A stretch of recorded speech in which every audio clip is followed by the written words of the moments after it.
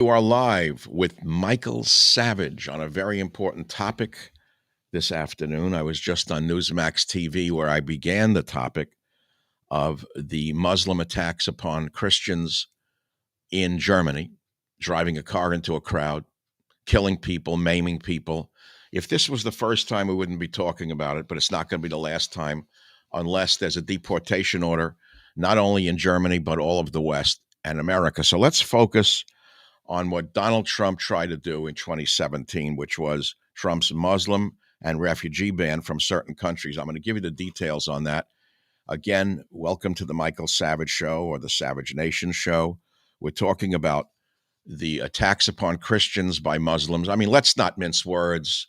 Cars don't attack people. I love that every news outlet of these rats in the media said car runs into people at Christmas market. What kind of crap is this? A car didn't run into people. It was a Muslim psychopathic murderer who's a doctor, no less, who ran into people. Okay, so we've got to go back to 2017 when Trump signed an executive order banning people from 6 Muslim-majority countries from entering the USA and slammed the door on refugees. If only Germany had done that, the people who are grieving today for their dead and injured relatives in Germany would not be grieving today in Germany. If the right wing had won in Germany instead of that piece of garbage, Angela Merkel, flooding the country with refugees from Muslim countries, there'd be a Germany today, but there's no Germany anymore. When will there be an America anymore? Well, Trump has to do what he did in 2017, in my opinion, and he has to do what he did and not worry about the vermin in the media who will call him every name under the sun. So again, to go back in 2017, Trump issued an executive order blocking refugees and travelers with passports from 7 Muslim-majority countries. With the stroke of a pen, President Trump banned refugees from Iran, Iraq, Libya, Somalia, Sudan, Syria, and Yemen from entering the USA for 90 days. He also halted the U.S. refugee resettlement program for 120 days and indicated that when this would restart, the U.S. would slash the maximum number of refugees from these Muslim countries from 110,000 to 50,000. If he had banned all of them, we'd be safer today in America.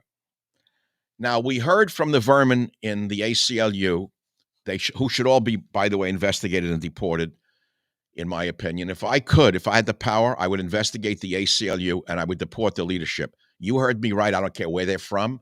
I don't care what they say. They're the snake of snakes. But there's Amnesty International, another front group for terrorist organizations, that said that they won the battle by overturning Trump's Muslim and refugee ban. People are now canceling French and German vacations. They're going to Poland and Hungary.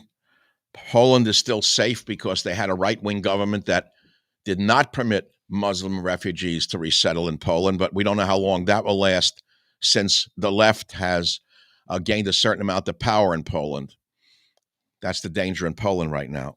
So then in the same year of 2017, to go back to Trump's travel ban, a U.S. appeal court rejected Trump's attempt to reinstate the ban after one stinking, rotten judge in a black robe, a federal judge, issued a temporary restraining order that temporarily halted the ban. The stench from the bench made me clench then, and the stench from the bench is making me clench now, and I throw the judges into prison where they belong.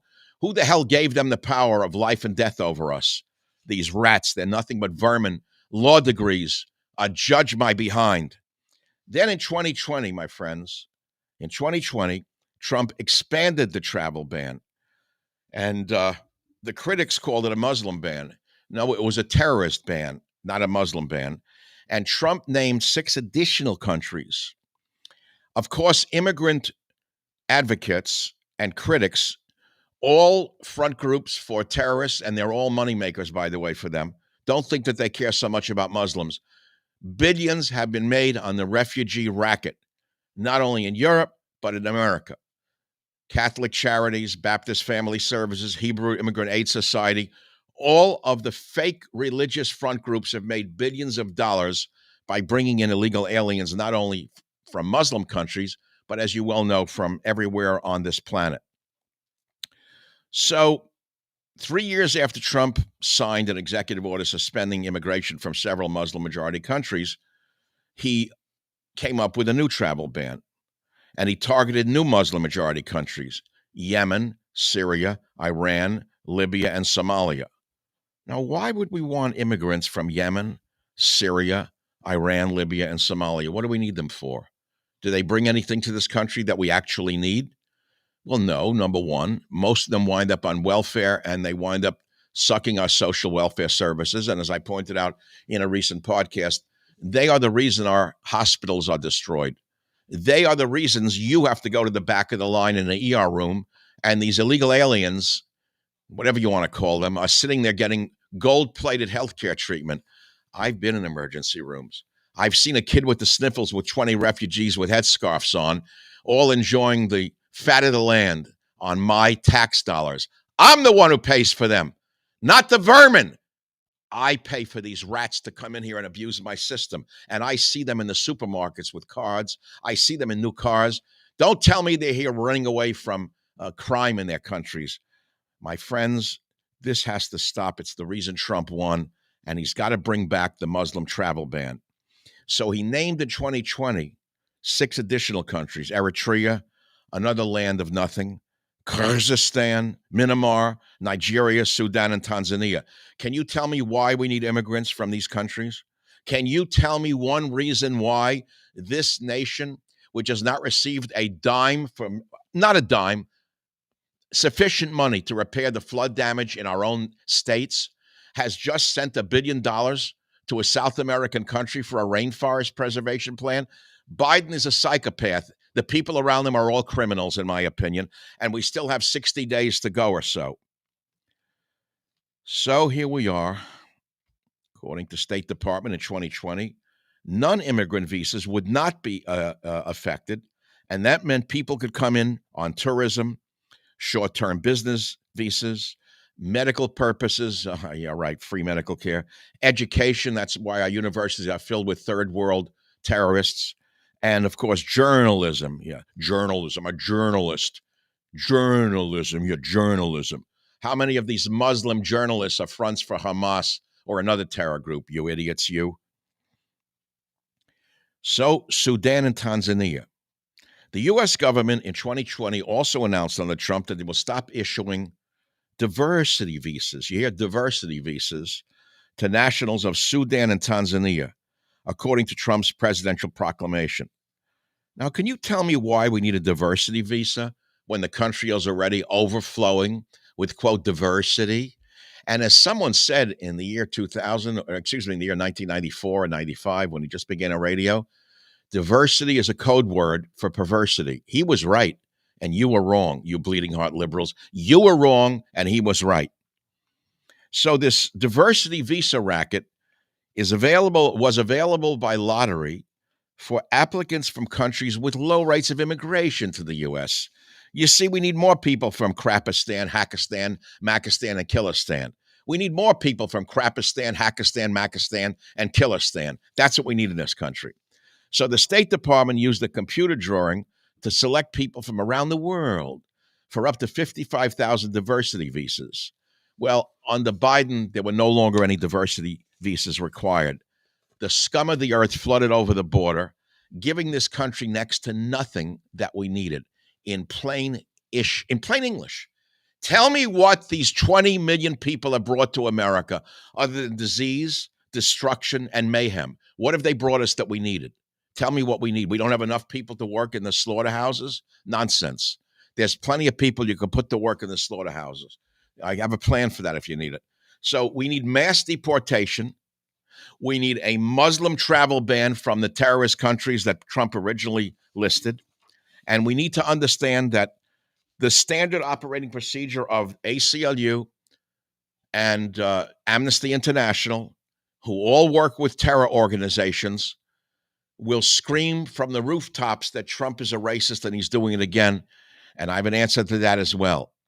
If they love these people so much, they should go back to the countries that they came from with them, meaning send the ACLU to those countries so they can set up an immigration office in Krapistan, Hakistan, Makistan, and Terroristan for the poor, unfortunate people. And all of the lawyers from ACLU, all the Marvins and the Berthas and the others, they can work in Krapistan. And they can fill out the visas all they want, and they can enjoy life in Krapistan with their sacred refugees. And meanwhile, we'll be safer from another Christmas terror attack or another synagogue being blown up or another Christian having his throat cut in a church. And that's the story of the travel ban that Trump needs to reinstate, as given to you by no one else. This is Michael Savage. If you have any comments, it's your problem, not mine. I told you diversity is a code word for getting whitey. That's what it means in plain English. Nothing has done more damage to America, in my opinion, than affirmative action, which took unqualified minorities in every case and pushed them ahead of highly qualified white males and destroyed virtually every institution that was infested with unqualified minorities. Put aside the terror, just unqualified minorities, whether it be in police forces, fire departments, universities, they have all become much less prestigious. See, I'm being very classy right now. See, much less prestigious is a nice way to put it. It's not what I really want to say. They've all become junk houses of garbage. Take a look at the NYPD, what just happened. They put an unqualified black. They moved them up from the bottom to the top. The next thing in the paper today was taking out his penis and telling people to do things with it as he sat in his throne there up on the 20th floor of the New York Police Department. He just had to resign today, you hear? So you say, well, what does it have to do with affirmative action? I don't ask him what it has to do with affirmative action. You mean he became the head of police because he was such a wonderful policeman, or because he had the right color that was necessary to fill a quota on the Mayor Adams, another prize as a mayor? What a wreckage that is. Now you come to San Francisco, not with a flower in your hair anymore, but with galoshes on your feet so you don't step in human feces. And what you see here, you'll never believe. You know, I live here and I'm going to stay here, not because of the politics, but in spite or despite the politics. This is a little police state. California is a little mini police state. It's worse than Canada under Trudeau. What Gavin Newsom is doing to this state is worse than what Trudeau did to Canada. I don't have to go into all the details. That's for you to figure out. So I wake up yesterday and I see an obese, disgusting, fat slob woman gets up there and she says, I couldn't believe the story. Did you see this story? A totally unhealthy fat slob says that health is racist or something like that. I said, this can't be true. Let me find the story for you. It's disappeared.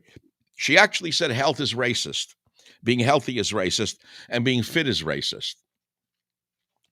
So this is the country that I'm living in under Gavin Newsom, and that's the country the Canadians inherited under Pierre Trudeau, Pierre Trudeau's son, whatever his name is, Jacques Pepin Trudeau. What was his name?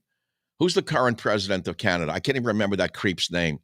It's Pierre Trudeau's son. I don't remember their names. It's interchangeable left-wing fanatics. So in California, we have a beautiful environment and a polluted social system. And this state has more illegal immigrants in it than any other state in the land. Yeah, Justin Trudeau, right, Justin Trudeau. I hear Justin's on the way out the door because he destroyed Canada so much that his own party collapsed underneath him. Justine Trudeau, sorry, not Justin, Justine Trudeau. What am I saying?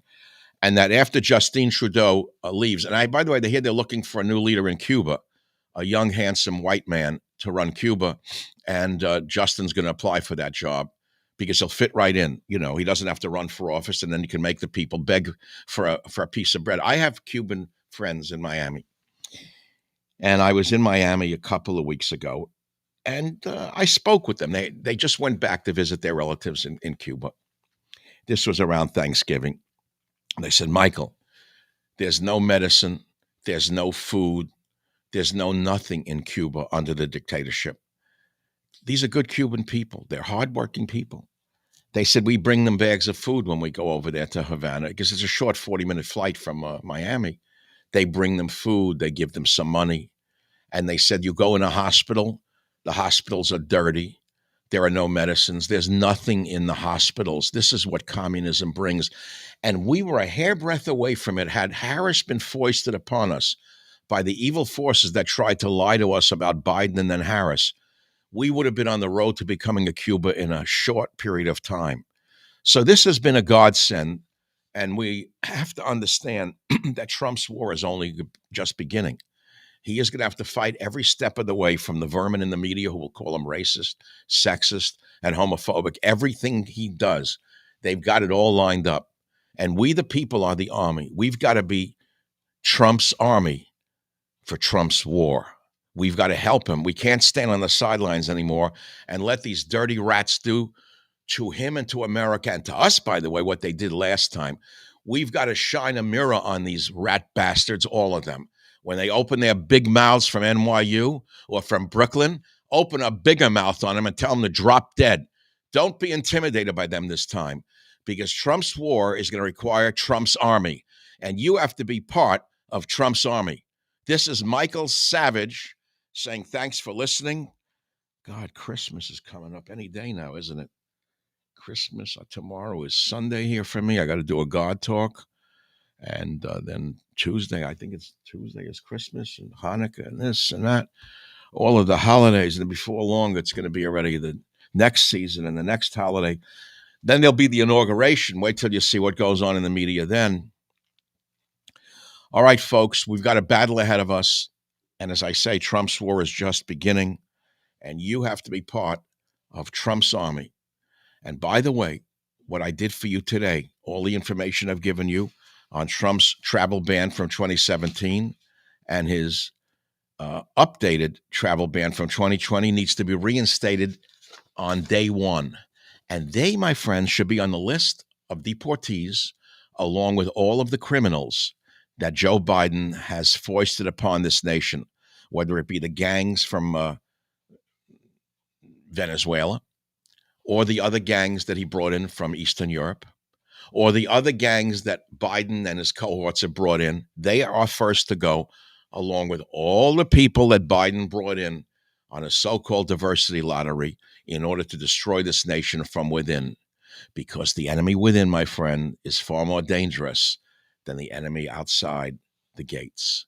That's all I have to say. Share it with others and pray for America, because we're going to need more. We're going to need more than you can believe to keep this country alive.